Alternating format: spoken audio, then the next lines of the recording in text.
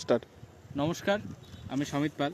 আজকের ভিডিওতে আমরা আলোচনা করব লঙ্কা গাছের ওপরে পাতা মুড়ে যাওয়া নিয়ে। এই সময় কি হচ্ছে যে লঙ্কা গাছে কিছু কিছু জায়গায় দেখা যাচ্ছে ওপরের পাতাগুলি এরকমভাবে মুড়ে যাচ্ছে। তো এটি বিভিন্ন কারণে হতে পারে। এটি আপনার পোকা এবং মাকড়জনিত আক্রমণের কারণেও হতে পারে, অথবা যদি গাছের রুট প্রপারলি ডেভেলপ না হয় তাহলে সেক্ষেত্রেও হতে পারে। আপনারা লঙ্কা গাছের জন্য যে পরিমাণ সার দিচ্ছেন সেটি 10-26-26 বা 20-20-20 বা ডিএপি বা আপনার যে সমস্ত এনপিকে সার ব্যবহার করছেন, সেই সার যাতে প্রপারলি গাছ খেতে পারে সেই জন্য লঙ্কা গাছের ক্ষেত্রে আপনারা মাইক্রোরাইজা ব্যবহার করবেন। মাইক্রোরাইজা কী করবে, আপনার লঙ্কা গাছের প্রপারলি রুট ডেভেলপ করতে হেল্প করবে, যার ফলে গাছ যাতে পুরোপুরি মাটি থেকে খাবারটা নিতে পারে।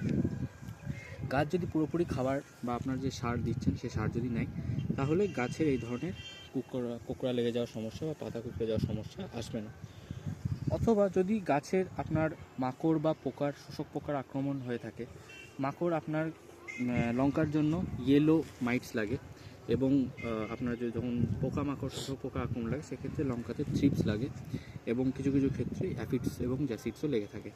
তো এই অ্যাফিডস জ্যাসিডস এই সমস্ত শোষক পোকার জন্য আপনারা ফিপ্রোনিল, ইমিডাক্লোপিড, ডাইনেটোফিউরান এবং পাইমেট্রাজিন এই ধরনের ওষুধ ব্যবহার করতে পারেন। তো আপনারা যদি মাকড়ের আক্রমণের জন্য পাতা যদি কুঁকড়ে যায় সেই ক্ষেত্রে আপনারা স্পাইরোমেসিফেন, প্রোপারজাইড, হেক্সিথায়োজক্স এই ধরনের মলিকিউল ব্যবহার করতে পারেন। নমস্কার, ধন্যবাদ।